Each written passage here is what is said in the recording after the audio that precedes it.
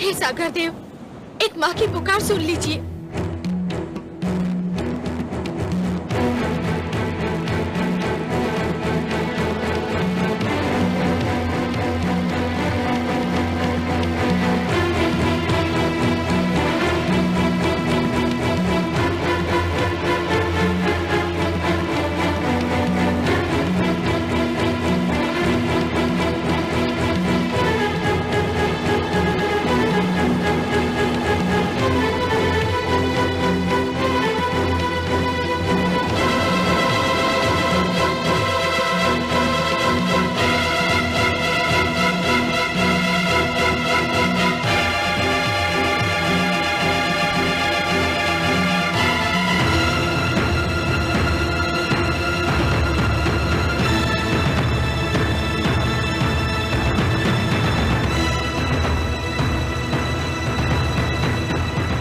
भगवान सर्वशक्तिमान, अनर्थ हो गया है।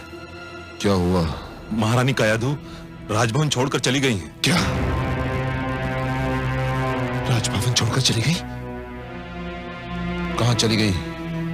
पुत्र वियोग में व्याकुल होकर वो सागर की ओर गई है, जहां कामरूप नरेश ने राजकुमार को डुबो दिया था। महाराज, महारानी कहीं जल समाधि ना ले लें। ये माता और पुत्र मिलकर मुझे पागल कर देंगे, पागल कर देंगे दोनों मिलकर।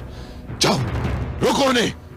वो मेरे रोके नहीं रुकेंगी, केवल आप ही उन्हें रोक सकते हैं, और आपको उनको रोकना ही चाहिए, नहीं तो ये संसार क्या कहेगा महाराज। ठीक है, तुम मेरे साथ चलो और कुछ सैनिक भी ले लो।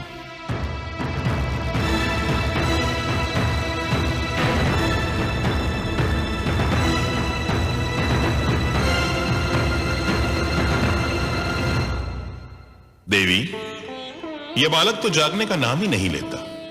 कब से सो रहा है, भला कब तक सोता रहेगा ये? बालपन की नींद है स्वामी, सो लेने दीजिए।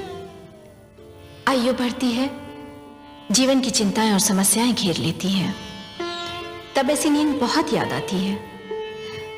लोग तो तरस जाते हैं ऐसी नींद के लिए।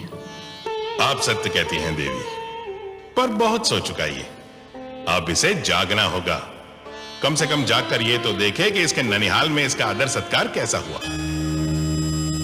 मुझे खेद है पिताश्री।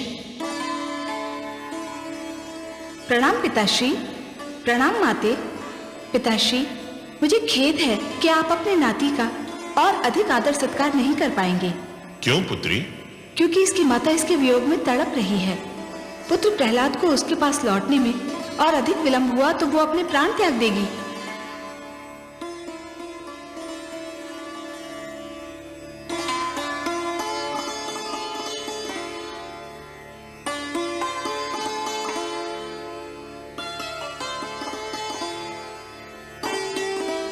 कितना मनमोहक है मेरा पुत्र। इसके मुख से तो मेरी दृष्टि हटती ही नहीं। तुमने इसके सिर पे हाथ क्या फेर दिया पुत्री? इसके माथे पर समस्त सृष्टि का तेज निखर आया है, मानो प्रकाश का मुकुट पहन लिया हो। सुनो पुत्री, तुम स्वयं जाके इस बालक को इसकी माता को सौंप दो। नहीं पिताश्री, पुत्र प्रहलाद को आपकी गोद में फेंका गया था। कयाधु भी इसे आप ही से मांग रही है। दुख से बिलखती इसकी माता को आप अपने हाथों से लौटाएंगे तो उसके हर्ष की कोई सीमा नहीं रहेगी। आप ही इसे ले जाइए। तुम कहती हो पुत्री, तो मैं ही इस बालक को इसकी माता को सौंप दूंगा।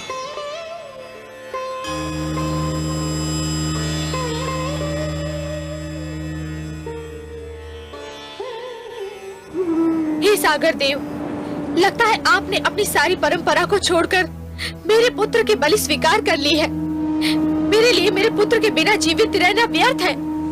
आपको मेरी बलि भी स्वीकार करनी होगी।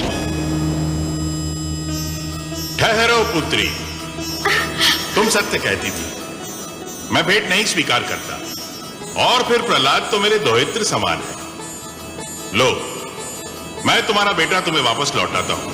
धन्य है आप धन्य है सागर देव। आपने मुझे मेरा पुत्र लौटाकर एक ममता की मारी माँ पर बड़ा उपकार किया है। मैं कैसे आपको धन्यवाद दूं? इसकी कोई आवश्यकता नहीं है पुत्री। एक माता को अपना पुत्र वापस लौटाना उस पर उपकार नहीं होता। यह तो हमारा धर्म है। हां, एक माता से उसका पुत्र छीन लेना अवश्य ये जघन्य अपराध है।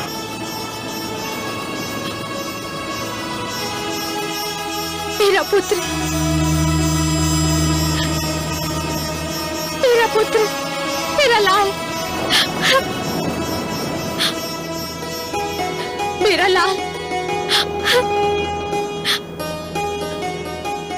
माते, आप यहाँ कैसे आई और मैं यहाँ कैसे आया?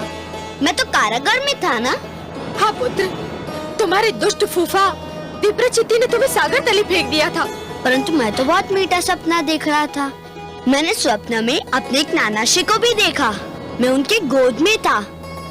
मैंने माता महादेवी लक्ष्मी को भी अपने पास देखा। कितनी अच्छी थी वो। उनके गोद में जाकर मुझे यूं लगा जैसे मैं स्वर्ग में आ गया हूँ।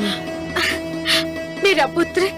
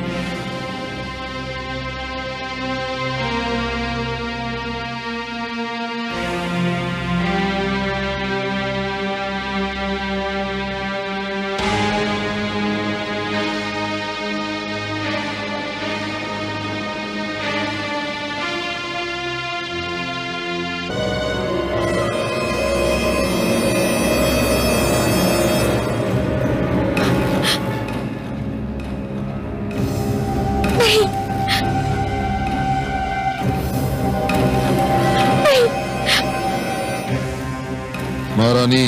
नहीं। प्रणाम पिताश्री। दुष्ट,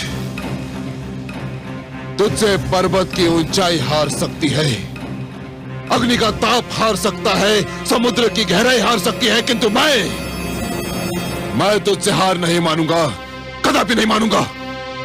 सैनिकों, पकड़ से। रुक जाओ सैनिकों।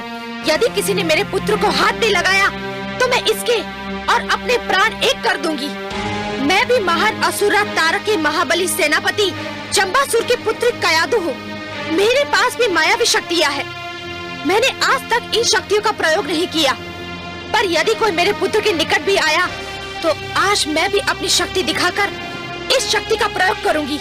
देखते क्या हो, पकड़ लो इस धूर्त को। सावधान, आगे मत बढ़िए दैतेंद्र, आगे मत बढ़िए। रानी, हट जाइए मेरे मार्ग से। रुक जाओ दैतेंद्र, नहीं। रुक जाओ।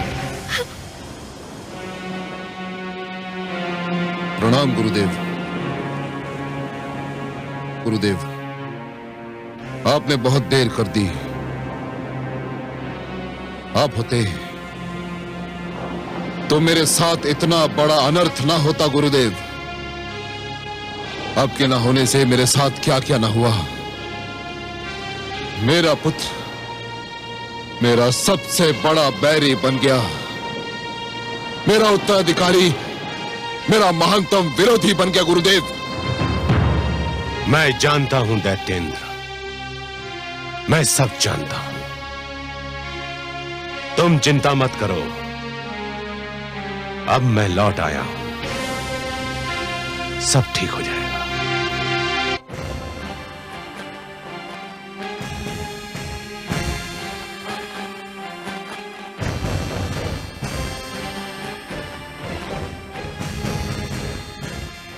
प्रणाम दैत्य गुरु। यशस्वी भव। प्रणाम भ्राताश्री। दुष्ट प्रहलाद का अंत हो गया भ्राताश्री, साथ ही आपकी चिंताओं और समस्याओं का भी अंत हो गया।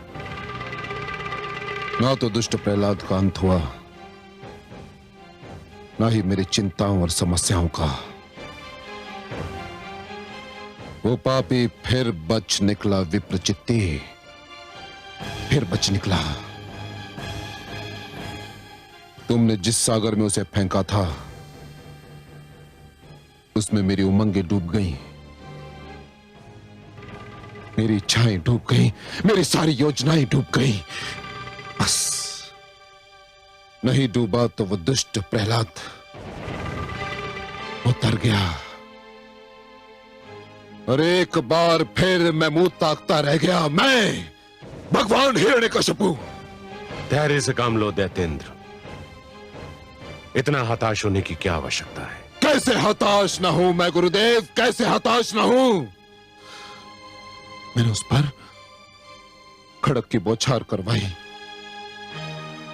उसे ऊंचे पर्वत से नीचे फिकवाया, मैंने उसे विष दिलवाया, उसे अग्नि में जलवाया, और अब जब विप्रचित्त ने उसे मारना चाहा, परंतु वो दुष्ट ऐसे कठोर प्राण लेकर जन्मा है कि मरने का नाम ही नहीं लेता। मैं कहां तक धैर्य रखूं गुरुदेव, कहां तक धैर्य रखूं। यह सब इसलिए हुआ था कि मैं यहां नहीं था। संभवतः मैंने तब पर जाकर भूल की थी, परंतु अब मैं लौट आया हूं। अब प्रहलाद को मेरे हाथों में सौंप दो, मैं उसे संभाल लूंगा। मैं तो समझा था तुम दोनों मेरे योग्य शिष्य सिद्ध होगे, मेरी अनुपस्थिति में गुरुकुल को संभाल लोगे, परंतु तुम दोनों सर्वथा अयोग्य निकले। सब अनर्थ हो गया। हम क्या करते पिताश्री? राजकुमार प्रहलाद। प्रश्न प्रहलाद का नहीं है, प्रश्न है गुरुकुल के शेष विद्यार्थियों का। प्रहलाद तो राजकुमार है, परंतु तुम तो साधारण शिष्यों को भी नियंत्रण में नहीं रख सके। राजकुमार प्रहलाद ने विद्रोह की ऐसी ज्वाला फैलाई कि हम विवश हो गए। धिक्कार है तुम पर। मैंने तुम्हें कृत्या क्रिया किस दिन के लिए सिखाई थी? तुम्हें कृत्या का प्रयोग करना चाहिए था। कृत्या अगर प्रकट हो गई तो राजकुमार को मार डालेगी पिताश्री। और यदि प्रहलाद जीवित रह गया तो समस्त असुर लोक मारा जाएगा। जाओ प्रहलाद को गुरुकुल में आने का संदेश दो। किंतु गुरुदेव, इतना सब घट जाने के उपरांत क्या महारानी कयाधु अपने पुत्र को हमारे साथ आने भी देंगी? मैं महारानी कयाधु को अच्छी तरह से जानता हूं। वो पुत्र की शिक्षा के नाम पर कोई भी बलिदान कर सकती है। जाओ उनसे कहो कि मैंने प्रहलाद को गुरुकुल में शिक्षा के लिए बुलाया है। जो आज्ञा गुरुदेव।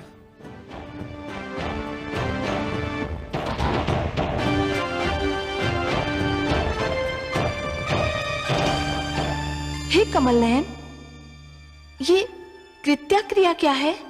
कृत्या? कृत्या एक तांत्रिक क्रिया है महादेवी, दुष्क्रिया कहिए।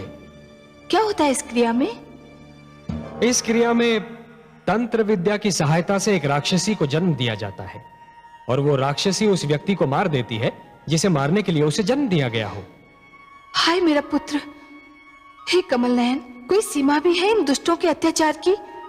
हर जतन तो करके देख लिया इन दुष्टों ने मेरे पुत्र को मारने का, इनके मन को शांति नहीं मिली। महादेवी, जिस प्रकार नरक में चाहे जितने पापी डाल दीजिए पर नरक का पेट नहीं भरता, उसी प्रकार दुष्ट जन चाहे जितने दुष्कर्म कर लें, उनका भी मन नहीं भरता। परंतु हे सर्वेश्वर, क्या इस कृत्या क्रिया का कोई तोड़ नहीं है? है महादेवी, अवश्य है। कृत्या क्रिया का तोड़ स्वयं उसी क्रिया में निहित है। अर्थात? महादेवी, इस क्रिया द्वारा जिस राक्षसी को जन्म दिया जाता है, यदि वो राक्षसी अपने लक्ष्य को मारने में असफल हो जाए तो उन्हीं लोगों की हत्या कर देती है जिन्होंने उसे जन्म दिया था। मेरी कामना है कि ऐसा ही हो। महादेवी, यदि आपकी कामना विधाता के लेख से मेल खाती हो तो वो अवश्य पूरी होगी। भ्राता मर्ग, पिताश्री तो बहुत रुष्ट हैं। यह सब राजकुमार प्रहलाद का किया धरा है भ्राताशण। उन्हीं के कारण हमें यह फटकार सुननी पड़ रही है। और पिताश्री का क्रोध तो तुम जानते ही हो, एक बार चढ़ जाए तो उतरने का नाम ही नहीं लेता है। मेरे मन को पिताश्री का क्रोध शांत करने का एक उपाय सूझा है। क्या? देखो भ्रातामर, यदि हम राजकुमार प्रहलाद को गुरुकुल लाने से पहले मार्ग में हाथी के पैरों तले कुचलवा डालें तो पिताश्री को बहुत प्रसन्नता होगी और उनका क्रोध भी शांत हो जाएगा। वैसे मैंने इसका प्रबंध भी कर लिया है। तुम भी विचित्र बात करते हो भ्राताशण। अरे पहले महारानी कयाधु को उसे हमारे साथ गुरुकुल ले जाने की अनुमति तो दे लेने दो।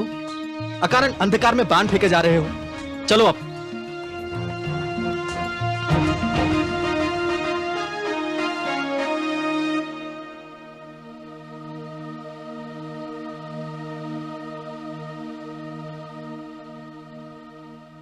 महारानी की जय हो। असुरों के गुरुकुल से गुरुजन शंड और अमर्क आपसे मिलने आए हैं। शंड और अमर्क? अब वे यहाँ किस लिए आए हैं? वे कहते हैं कि उनका आपसे मिलना आवश्यक है।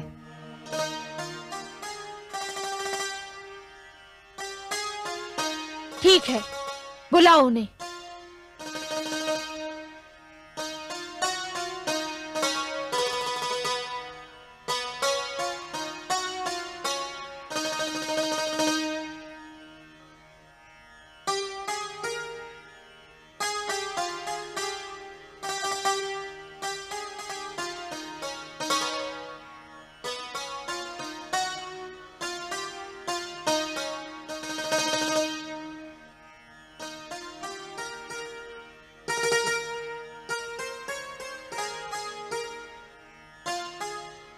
प्रणाम महारानी। राजमाता की जय हो। प्रणाम गुरुजन। कहिए, कैसे कष्ट किया? आप तो जानती हैं कि दैत्य गुरु शुक्राचार्य अपनी तपस्या से लौट आए हैं। हाँ, मैं मिल चुकी हूँ उनसे। पिताश्री की इच्छा है कि राजकुमार प्रहलाद की शिक्षा अधूरी न रहे। किस शिक्षा की बात कर रहे हैं आप? उस शिक्षा की जिस शिक्षा में मेरे पुत्र को कोई रुचि ही नहीं है। आपको तो अनुभव हो चुका है गुरुजन। तब बात और थी महारानी। राजकुमार प्रहलाद की शिक्षा का भार हमें सौंपा गया था और आपको तो ज्ञात है कि हम दोनों को उतना अनुभव नहीं था, परंतु अब पिताश्री शुक्राचार्य स्वयं लौट आए हैं। तो क्या हुआ? क्या अंतर आएगा उनके आने से? पिताश्री की शिक्षा देने का ढंग बहुत अनुपम है महारानी। वे स्वयं शिक्षा देंगे तो संभव है राजकुमार प्रहलाद कुछ संभल जाए और भगवान हिरण्यकश्यपु का क्रोध भी कुछ कम हो जाए। राजकुमार की शिक्षा अधूरी रह गई और अधूरी शिक्षा अच्छी नहीं होती महारानी। मेरा मन तो नहीं करता, परंतु लगता है आप दोनों ने मेरी दुर्बलता पहचान ली है। मैं अपने पुत्र को पूर्णतया शिक्षित देखना चाहती हूँ। तो फिर देर काहे की? बुलाइए उन्हें। हम पिताश्री के आदेश पर उन्हें अपने साथ गुरुकुल ले जाने आए हैं। पर मेरे पुत्र की सुरक्षा का क्या होगा? वो पिताश्री की रक्षा में रहेंगे और फिर हम भी तो हैं। आप तो जानती हैं कि वे जब तक हमारे साथ गुरुकुल में थे हमने उन्हें कोई कष्ट नहीं होने दिया।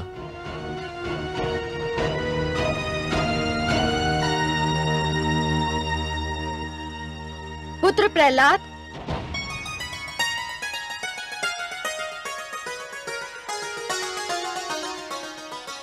प्रणाम गुरुजन। आयुष्मान भव शिष्य। तेजस्वी भव शिष्य। पुत्र प्रहलाद, तुम्हारे गुरुजन तुम्हें अपने साथ गुरुकुल ले जाने आए हैं। उन्हें गुरु शुक्राचार्य ने भेजा है। ये तो बहुत शुभ समाचार है। मुझे बहुत दुख था कि मेरी शिक्षा अधूरी रह गई। तो तुम जाओगे उनके साथ? हाँ, अवश्य जाऊंगा। पुत्र, तुम्हें भय नहीं लगता? भय? किस बात से भय माते? शिक्षा से भय या गुरुकुल जाने से भय? जो शिक्षा और गुरुकुल से डरते हैं वे जीवन में कुछ नहीं कर पाते। परंतु पुत्र, तुम्हें कुछ हो गया तो? मुझे अब तक कुछ हुआ माते? आप चिंता ना करिए, मुझे कुछ नहीं होगा। मुझे जाने की अनुमति दीजिए।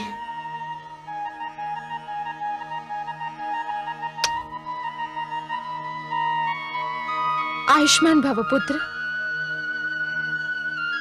चलिए गुरुजन, मैं गुरुकुल जाने के लिए बहुत व्याकुल हूँ।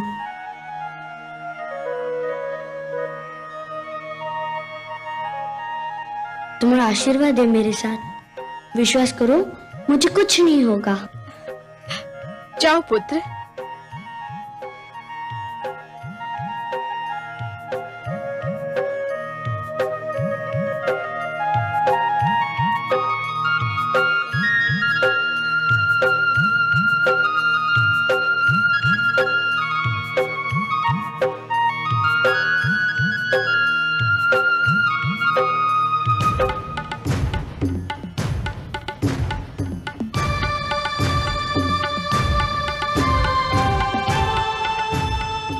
प्रणाम गुरुवर। क्या समाचार लाए हो सेनापति? शुभ समाचार है दैत्य गुरु। महारानी कयाधु ने राजकुमार प्रहलाद को गुरुकुल जाने की अनुमति दे दी है।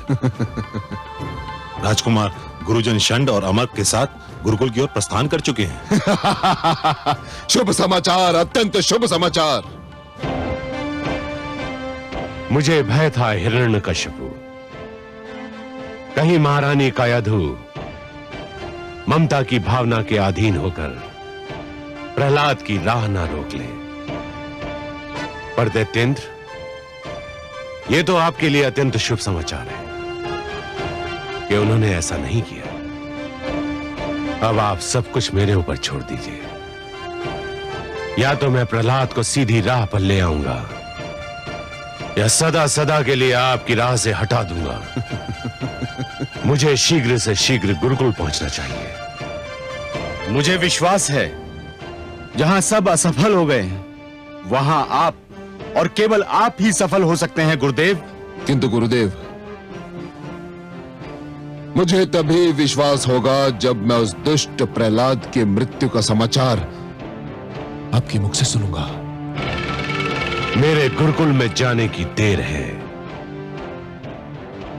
समाचार आने में देर नहीं लगेगी।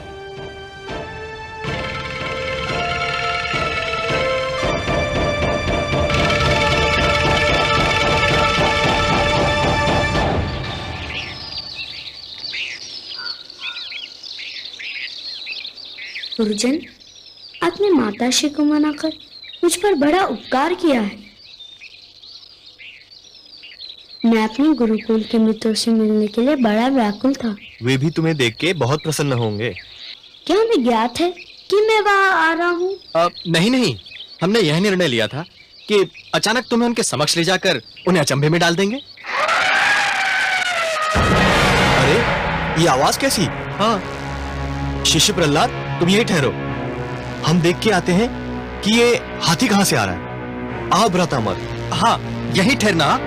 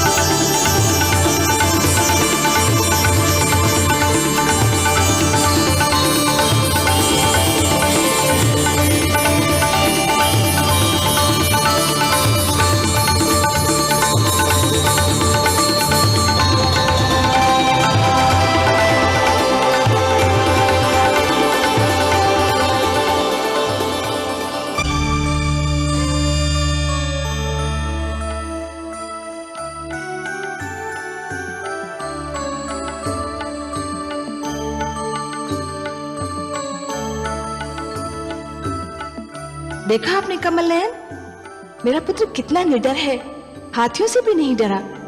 उनके समक्ष डटा रहा, वे ही सिर झुकाकर चले गए।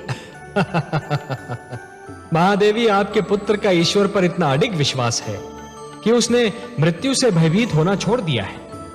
वो जानता है कि उसका जीवन और उसकी मृत्यु दोनों ही ईश्वर के हाथों में है, उन हाथियों के भारी भारी पैरों तले नहीं।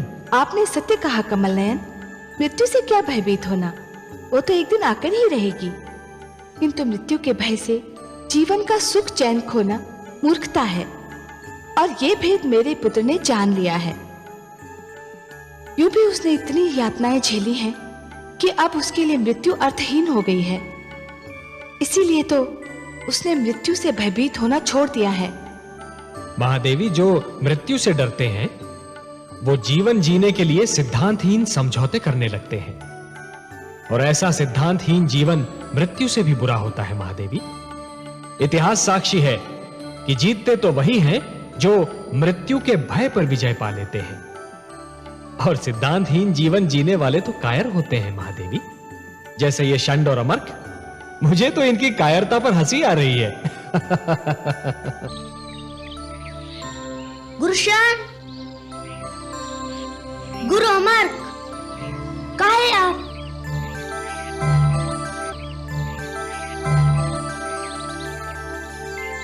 कहाँ चले गए थे आप दोनों?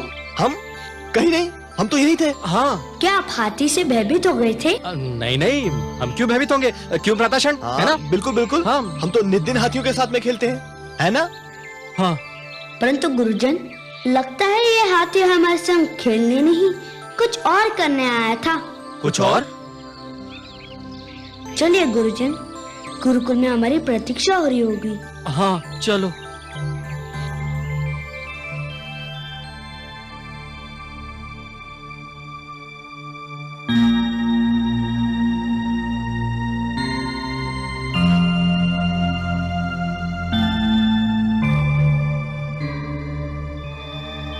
प्रणाम पिताश्री। प्रणाम गुरुदेव।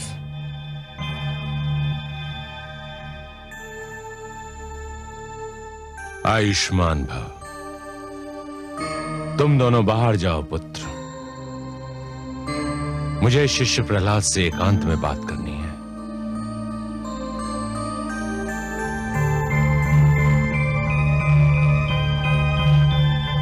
शिष्य प्रहलाद, प्रसन्नता हुई तुम्हें देखकर। कहो कैसे हो? गुरुदेव की कृपा से सकुशल हूँ। अब गुरुदेव के दर्शन से धन्य हो रहा हूँ। जानते हो प्रहलाद, मैंने तुम्हें यहाँ किस लिए बुलाया है? मेरी अधूरी शिक्षा संपूर्ण करने के लिए, और मैं इसे अपना सौभाग्य समझता हूँ कि मुझे आपसे शिक्षा मिलेगी। मैं चाहता हूं कि तुम्हारी शिक्षा संपूर्ण हो, परंतु उससे पूर्व मैं तुमसे एक प्रश्न पूछना चाहता हूं। मेरे प्रश्न का उत्तर दोगे?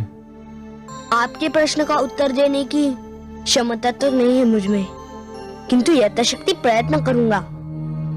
शिष्य, तुम जानते हो कि दीपक का धर्म क्या है?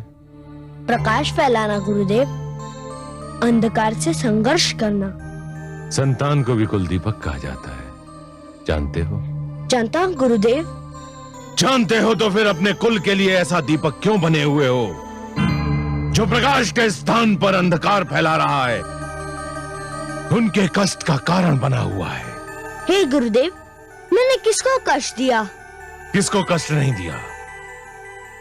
अपने गुरुजन को कष्ट दिया, अपने पिता को कष्ट दिया, अपनी माता को कष्ट दिया, और उससे बढ़कर अपने आप को कष्ट दिया। तुम्हें कटारों की तेज धार पर रख लिया गया, पर्वत से गिराया गया, विष पिलाया गया, नागों के बीच छोड़ दिया गया, अग्नि में जलाया गया, सागर में डुबोया गया। परंतु ये सब मेरे लिए कष्ट नहीं सिद्ध हुए, ये सब तो मेरी परीक्षाएं सिद्ध हुई, और आपकी कृपा से मैं इन परीक्षाओं में सफल हुआ। संभव है, किंतु तुम अपने माता पिता और समस्त असुर लोग के कष्ट का कारण तो बने हुए हो। उसका क्या उत्तर है तुम्हारे पास? हे गुरुदेव, यदि उनके कष्ट का कारण मैं होता तो विश्वास कीजिए, मैं अपने हाथों अपने जीवन का अंत कर लेता। परंतु ये सत्य आप भी जानते हैं और मैं भी जानता हूँ कि उनके कष्ट का कारण मैं नहीं हूँ। तो कौन है उनके कष्ट का कारण? मेरे प्रश्न का उत्तर दो प्रहलाद।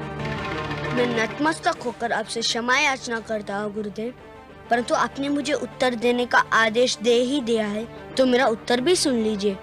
उनके कष्ट का कारण आप हैं।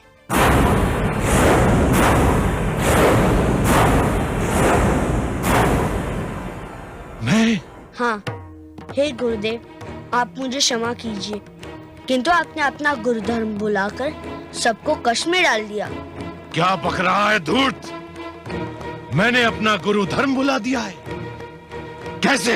हे गुरुदेव, आपने अपने अहंकार के वश देवताओं और असुरों के बीच मतभेद की दीवार खड़ी कर दी। प्रहलाद! सत्य कड़वा होता है गुरुदेव, परंतु क्या ये सत्य नहीं कि आपने अपने पद की रक्षा के लिए असुरों को देवताओं से लड़ा दिया? आपको हर पल अपने अपमान का ध्यान रहा, हमारे कल्याण का नहीं। आप स्वयं व्रत करते हैं पर असुरों को व्रत करने से रोकते हैं। आप स्वयं तप करते हैं पर असुरों से कहते हैं कि वे दूसरों का तप भंग कर दे। आपने शिक्षा को विभाजित कर दिया है। अपने पुत्रों और राजकुमारों के लिए शिक्षा के कुछ और नियम बनाए और साधारण असुर बालकों के लिए कुछ और। हे गुरुदेव, गुरु वो होता है जिसके चरण छूते ही मन में ज्ञान का उजाला फैल जाता है, परंतु आप कैसे गुरु है जो आपके चरण छूता है उसके मन में अहंकार का अंधकार डेरा जमा लेता है। बंद कर ये विषैला प्रलाप। नहीं गुरुदेव, आज सुन ही लीजिए, कह लेने दीजिए मुझे अपने मन की बात। मेरे पिताश्री ने ईश्वर होने की घोषणा कर दी। अब चाहते तो उन्हें रोक भी सकते थे, उन्हें अंधेरों में भटकने से बचा सकते थे, परंतु आपने उन्हें और उकसाया, उन्हें और बढ़ावा दिया, और अब वे इतने दूर जा चुके हैं कि उनका लौटना संभव नहीं। दुष्ट बालक, मेरे मन में तो आता है कि मैं इसी क्षण तेरा गला दबाकर तुझे मार डालूं। तो दबा दीजिए गुरुदेव, आपके हाथों मुझे मृत्यु प्राप्त हुई तो मैं इसे अपना सौभाग्य समझूंगा। अवश्य प्राप्त होगी दुष्ट, अवश्य प्राप्त होगी। मैं तेरे सिर पर काल की छाया मंडराते देख रहा हूँ। हट!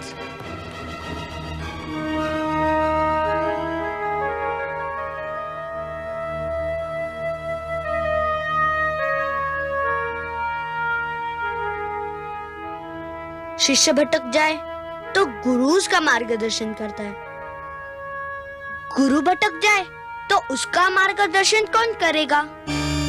आहा, वाह पुत्र, धन्य हो तुम। हे कमल नयन, सुनिए आपने मेरे पुत्र की बात। एक बालक ने जीवन का सारा दर्शन सामने रख दिया, इसी को कहते हैं गागर में सागर समो देना। महादेवी, सब लोग जीवन को विद्या की दृष्टि से देखने का प्रयास करते हैं, परंतु आपका पुत्र जीवन को भक्ति के नेत्रों से देखता है, इसलिए जीवन के सारे रहस्य उसे विदित हैं। और महादेवी, प्रहलाद को जीवन का एक सीधा और सरल सत्य भी ज्ञात है, और वो सत्य ये है महादेवी कि जिस प्रकार जब एक पुरुष भटक जाता है तो केवल एक ही व्यक्ति भटकता है, परंतु जब एक नारी के पैर डगमगाने लगते हैं तो समस्त परिवार डगमगा जाता है। उसी प्रकार जब एक शिष्य भटकता है तो केवल एक ही छात्र भटक जाता है, परंतु जब एक गुरु भटक जाता है महादेवी तो समस्त छात्र समाज भटक जाता है, और जब समाज भटक जाता है महादेवी तो समस्त राष्ट्र का संकट बन जाता है।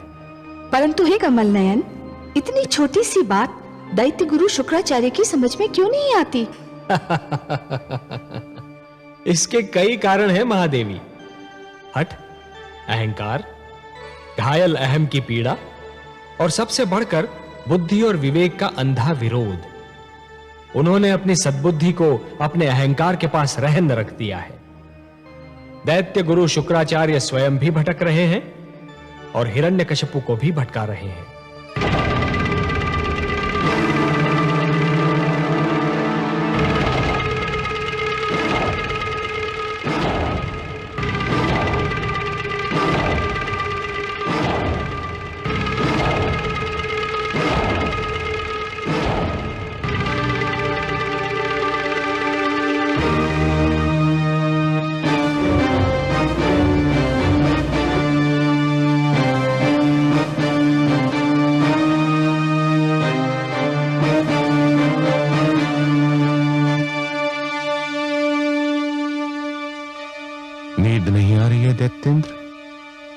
नहीं गुरुदेव,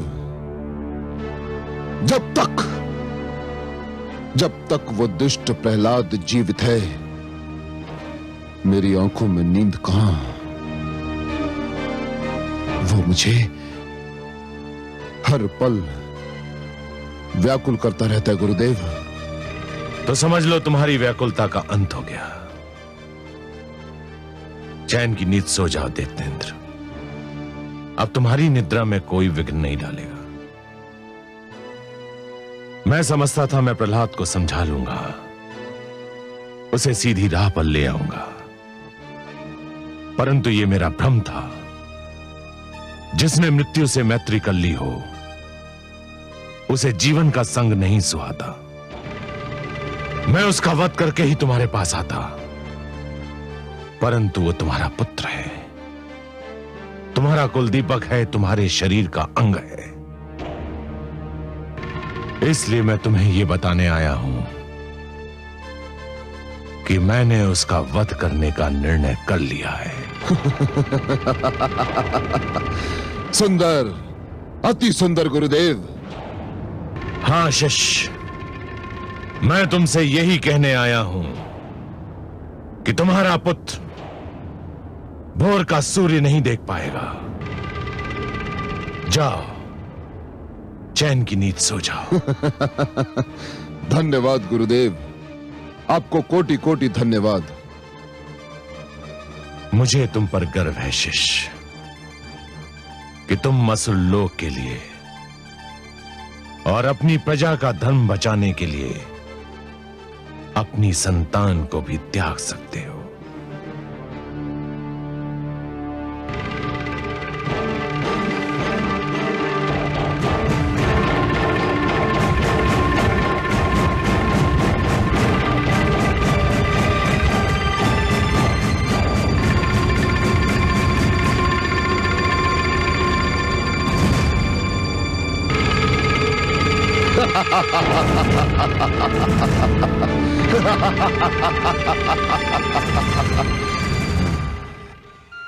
हे कमल नयन, दुष्ट हिरण्यकशिपु की बुद्धि पर तो उसके झूठे अहंकार ने अधिकार जमा लिया है।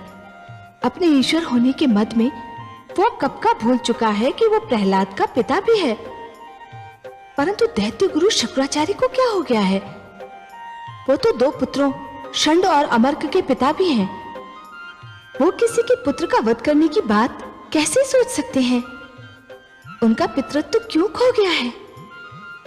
क्रोध के कारण महादेवी, क्रोध के कारण। जिस प्रकार अग्नि सूखी लकड़ी को सरलता से जला देती है, उसी प्रकार क्रोध सुंदर भावनाओं को सहजता से भस्म कर देता है। हे नारायण, दैत्य गुरु शुक्राचार्य तो विद्वान हैं, तो फिर वो ये क्यों भूल गए कि क्रोध विवेक का शत्रु है? उसे भूलने का कारण है उनका मुझसे वैर। वो मेरे विरोधी हैं, इसलिए मेरा विरोध करने की धुन में वो विवेक तो क्या स्वयं को भी भूल गए हैं। मेरा विरोध करने की भावना उनकी विद्वत्ता पर भारी पड़ चुकी है महादेवी। और अब दैत्य गुरु शुक्राचार्य कोई भी सीमा पार कर सकते हैं। आश्चर्य है, क्या दैत्य गुरु शुक्राचार्य ये भी नहीं जानते कि सीमा से अधिक विरोध अपने ही दुख का कारण बन जाता है? नहीं जानते महादेवी, दुर्भाग्य से वो इस सत्य को नहीं जानते, पर अतिशीघ्र जान जाएंगे। दैत्य गुरु शुक्राचार्य जिस पथ पर पग धरने जा रहे हैं, वहां उन्हें अश्रु और रक्त की धाराओं के अतिरिक्त और कुछ नहीं मिलेगा। भूले अपना धर्म जब गुरु बैरी बन जाए, मिटे उजाला ज्ञान का अंधियारा छा जाए। वह विद्या विद्या नहीं, वह है बुद्धि विकार, जो भटकाए राह से दे जो बुरे विचार।